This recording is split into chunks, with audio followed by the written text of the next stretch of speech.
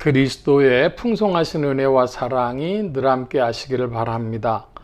오늘 이 아침에는 시편 제78편 40절로 55절 생명의 삶 큐티 6월 23일자 말씀입니다. 78편 40절 말씀 봅니다. 그들이 광야에서 그에게 반항하며 사막에서 그를 슬프시게 함이 몇 번인가.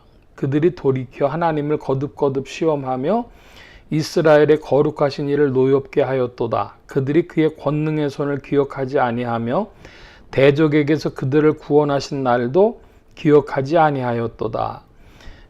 78편 40절에서 42절까지의 말씀에 보면 성경이 전체적으로 인격성을 가지고 쓰여진 책이라고 하는 것을 보여주고, 하나님이나 혹은 하나님께서 택하신 이스라엘 백성들이나 신약으로 들어오면은 그리스도인들이나 누구나 다 인격적인 존재라고 하는 것을 드러내주고 있습니다. 특별히 이스라엘 백성들이 하나님께 대한 태도를 보면 하나님은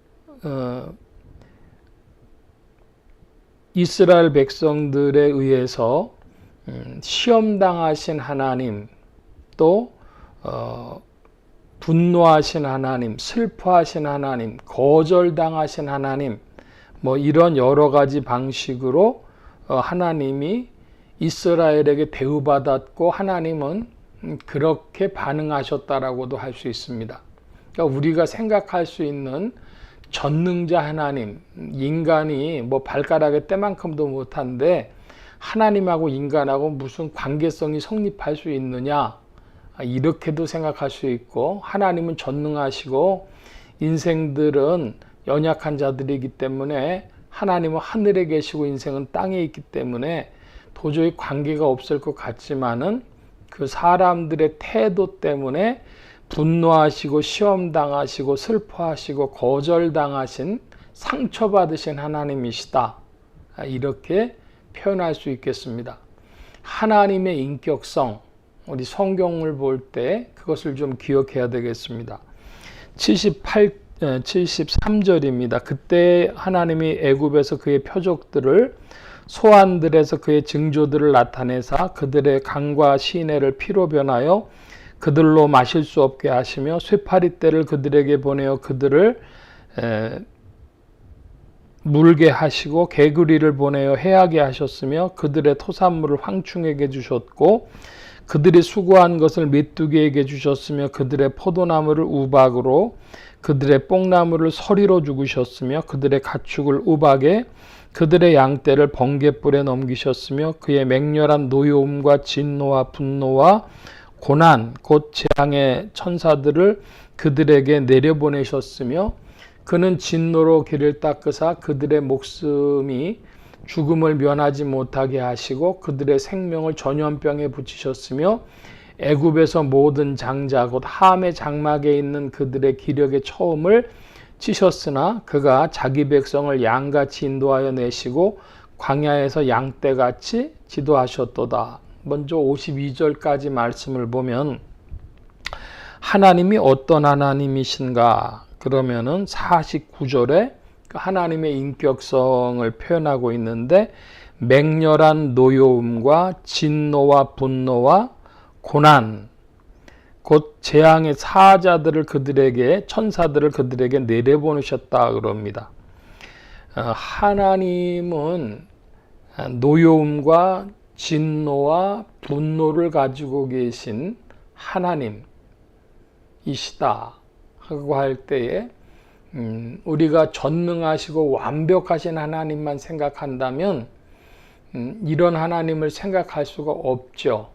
하나님의 인격성, 그것은 하나님 자신을 우리에게 표현해 주신 방식이다, 이렇게 이해하면 좋겠습니다.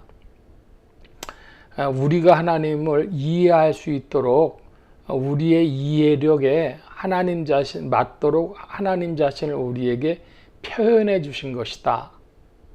그래서 하나님은 인격적이신 하나님이시다. 기뻐하시기도 하시고 슬퍼하시기도 하시고 참기도 하시고 분노하기도 하시고 하시는 그런 하나님이시다. 특별히 여기 재앙의 천사들을 그들에게 나타내 보이셨다 그런 표현을 합니다. 천사인데 천사는 능력이고요. 그 천사가 능력을 가지고 올 때는 기적을 가지고 오는데 그 기적의 유형이 혹은 치유나 혹은 축복이나 뭐 여러 가지 인간에게 긍정적인 것일 수도 있고 또 어떨 때는 그 이적이 재앙으로 저주로 그렇게 찾아올 수도 있는 것이죠. 그래서 자연현상을 어떤 의미에서 벗어날 정도들의 일들이 이 지상에 많이 있는데 그것을 보고 재앙의 천사들이다. 좀 천사라 그러면 사람들이 그 개념이 매우 좀 날개가 달리고 뭐 이런 선하고 이런 걸 이야기를 하는데 천사들은 근본적으로는 하나님께 속한 천사들은 순종입니다. 하나님 시키시는 대로 할 뿐입니다. 그러므로 하나님이 축복을 명하시면 축복을 나타내는 것이고 재앙을 명하시면 재앙을 나타내는 것이죠. 그래서 여기에 재앙의 천사들이다. 이게 이상한 표현 아니고 재앙의 천사들이 마귀에게 속한 것도 아닙니다. 그건 또 다른 이야기가 되는데요. 그래서 재앙의 천사들은 하나님께서 이제 재앙을 명하셨기 때문에 그걸 실행하는 자들이다 하는 거 기억하면 되겠습니다. 52절에 보면은 하나님께서 자기 백성이라 그런 표현을 하고 있어요. 자기 백성, 하나님의 백성, 하나님의 소유. 성경이 창세기부터 계시록까지 말씀하고 있는 것은 하나님께서 인류를 향한 뜻을 가지고 계신데 그 중에 가장 우리가 이해하기 어려운 것이 하나님의 소유된 자들이 있다. 하나님의 백성들이 있다. 하나님의 인치시는 자들이 있다. 구원받을 자들이 있다. 이게 참 이해하기 어려운 일입니다. 온 인류 가운데 자기의 죄인됨을 시인하는 자들이 그리고 우리의 구원자이신 그리스도께 의지하는 자들이 바로 하나님의 소유된 자들인 줄로 믿습니다. 더 이상은 우리가 들어가면 신비가 됩니다. 그 논리가 순한 논리가 되어지고 그래서 정리해서 말씀드리면 자신의 죄인됨을 시인하고 구원자이신 그리스도를 시인하는 그들이 하나님의 소유된 백성들, 구약에는 이스라엘 백성이라 신약에는 그리스도인이라 부르는 자들이 바로 그들이다 하겠습니다. 53절 이하의 말씀을 봅니다. 그들을 안전히 인도하시니 그들은 두려움이 없었으나 그들의 원수는 바다에 빠졌도다. 그들을 그의 성소의 영역 곧 그의 오른손으로 만드신 산으로 인도하시고 또 나라를 그들 앞에서 쫓아내시며 줄을 쳐서 그들의 소유를 분배하시고 이스라엘 지파들이 그들의 장막에 살게 하셨도다. 55절까지의 말씀에 보면 하나님의 소유된 백성들에 대해서 하나님이 하신 일을 기록하고 있습니다. 애굽에게는 재앙을 내리고 그들을 애굽에서 불러내셔서 인도하여 내셔서 그 양떼같이 지도하시고 지켜주시고 인도하신 내용들이 있는데 문제는 그렇게 하나님의 인도함을 받은 이스라엘 백성들이 하나님께 반항하고 다른 표현으로는 반역하고 하나님을 노엽게 했다고 하는 이 사실이죠. 이게 굉장히 이제 우리가 또 다루어야 될 큰 주제가 될 것입니다. 하나님께서는 하나님의 소유된 백성들을 하나님의 품 안으로 이끄셨는데 온전히 다 순종하지 않고 그들 가운데 하나님께 반항하고 반역하고 하나님을 분노하게 한 인생들이 있다. 지구상의 교회도 마찬가지죠.